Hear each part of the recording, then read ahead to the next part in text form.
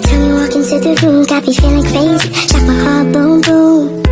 Any other boy would stare, but me I look away, cause you're making me scared. Trying not to breathe, 1, 2, 3. Baiklah, di sini kami dari kelompok 1 akan memberikan penjelasan tentang mini riset kami yang berjudul analisis kation golongan 3. Yang dimana kami beranggotakan yaitu Anggun Maharani, Dinda Syuhada Afriani, Christian Turnip, Regina Tesalonika Silaban, Mei Sufiani Sasibarani, dan Yoren Valentina Borutarigan. Ujian teori analisis kation golongan 3 dalam kimia analitik kualitatif melibatkan studi terhadap ion logam trivalen seperti Al3+, Fe3+, dan Cl3+. Kation-kation ini memiliki kecenderungan membentuk endapan hidroksida yang amfoter, serta dapat membentuk kompleks dengan berbagai ligan dalam larutan. Pemisahan dan identifikasi kation ini didasarkan pada kelarutan endapan dalam larutan basa kuat maupun kemampuan mereka berinteraksi dengan senyawa kompleksan.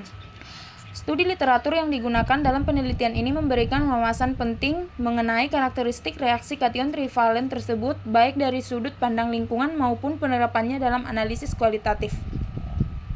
Pada penelitian oleh Glavani dan kawan-kawan pada tahun 2022 bertujuan untuk menganalisis kandungan ion logam berat seperti Ag+, Pb2+, Hg2+, Al3+, dan Ba2+. Pada air minum dalam kemasan dan air sumur di selanjutnya. Udah sampai situ aja. Dalam metode kualitatif, ion Pb2+ dan Hg2+ dapat dideteksi melalui pembentukan endapan putih dengan HCl, sedangkan ion Al3+ dan Ag3+ menunjukkan adanya endapan dalam kondisi netral atau basa. Endapan ini menjadi indikasi adanya ion tersebut. Keberadaan logam berat dalam air sangat penting untuk dideteksi karena dapat menimbulkan efek toksik bersifat karsinogenik dan mampu terkumulasi dalam tubuh manusia serta lingkungan melalui proses biokumulasi dan biomagnifikasi. Penelitian ini menekankan pentingnya penggunaan metode kualitatif sebagai langkah awal sebelum dilakukan konfirmasi dengan instrumen analitik seperti AAS atau ICP-MS. Hasil pengamatan yang pertama ada filter golongan 2 ditambah NH4 2S dididihkan. Yang kedua HNO3 dididihkan dan 3 mili NH4Cl, setelah itu ditambahkan NH4OH dan diuji dengan kertas lakmus, setelah itu dididihkan dan didinginkan, setelah itu disaring endapannya. Hasil pengamatan yang diamati menghasilkan larutan tidak berwarna dan endapan putih, menghasilkan larutan tidak berwarna, menghasilkan larutan bening, larutan keruh, dan kertas lakmus warna biru tetap biru, merah menjadi biru yang didapatkan filter yang jernih. Yang kedua ada golongan 3 yang ditambahkan dengan NH4OH kemudian dipanaskan, hasilnya menghasilkan endapan berwarna hitam. 3 tetes ditambahkan H2S dan disaring endapannya, tidak terdapat perubahan pada percobaan. Selanjutnya saya akan menjelaskan metode penelitian. Jenis penelitian yang dilakukan termasuk dalam kategori penelitian eksperimen laboratorium. Penelitian ini bertujuan untuk mengamati proses elektrolisis berbagai dan H2SO4 dengan menggunakan jenis elektroda berbeda atau karbon dan tembaga. Penelitian eksperimen ini bersifat kuantitatif, deskriptif karena berfokus pada pengamatan langsung terhadap hasil reaksi elektrokimia yang terjadi pada katoda dan anoda serta perubahan yang terjadi pada larutan, seperti terbentuk gas, perubahan warna larutan, dan endapan. Melalui pendekatan ini, siswa atau peneliti dapat menyimpulkan proses reaksi dan memahami aplikasi prinsip elektrokimia dalam kehidupan sehari-hari seperti pemurnian logam atau produksi gas industri. Selanjutnya, teknik pengumpulan data yang digunakan dalam penelitian ini adalah observasi langsung dan pencatatan sistematis. Selama proses elektrolisis berlangsung, peneliti atau siswa mengamati fenomena kimia seperti terbentuknya gas, perubahan warna larutan, dan endapan yang muncul di sekitar elektroda. Setiap hasil diamati dengan seksama tabel observasi. Selain observasi, teknik dokumentasi juga digunakan dalam pembentukan tangkapan layar atau foto hasil percobaan, seperti yang terlihat pada gambar yang diunggah. Teknik ini memperkuat data empiris dan mempermudah dalam melakukan analisis setelah percobaan berakhir. Instrumen penelitian yang digunakan meliputi alat laboratorium kimia dan lembar kerja observasi, Alat laboratorium seperti bejana elektrolisis, elektroda karbon atau tembaga, larutan elektrolit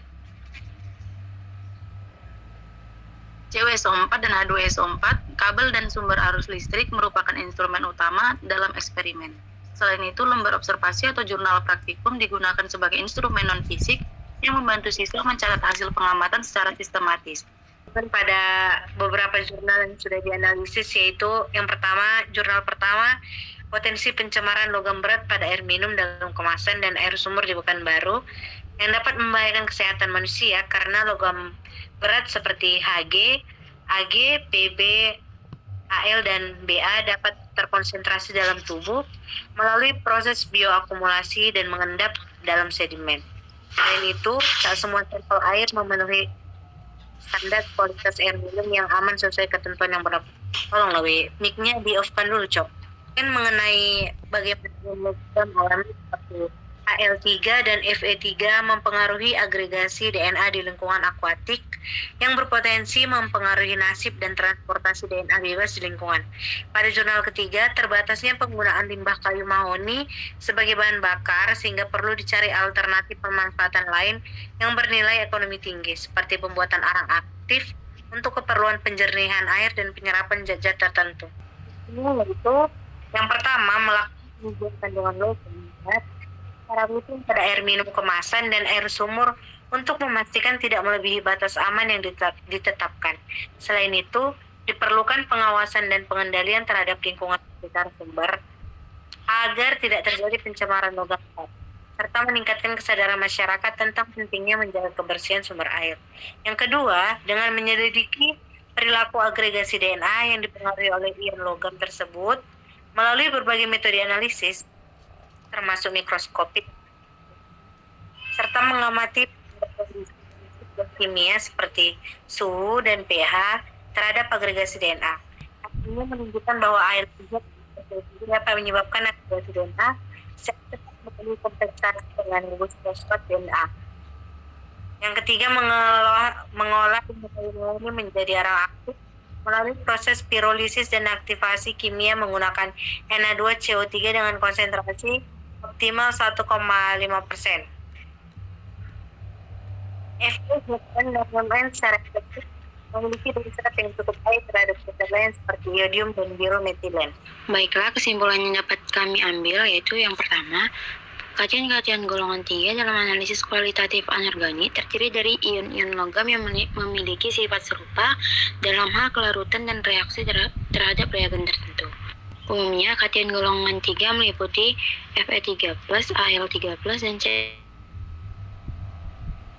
yang tidak membentuk endapan dengan HCl atau H2S dalam suasana asam, tetapi dapat membentuk endapan hidroksida dengan larutan NH4OH dalam suasana netral atau sedikit basah.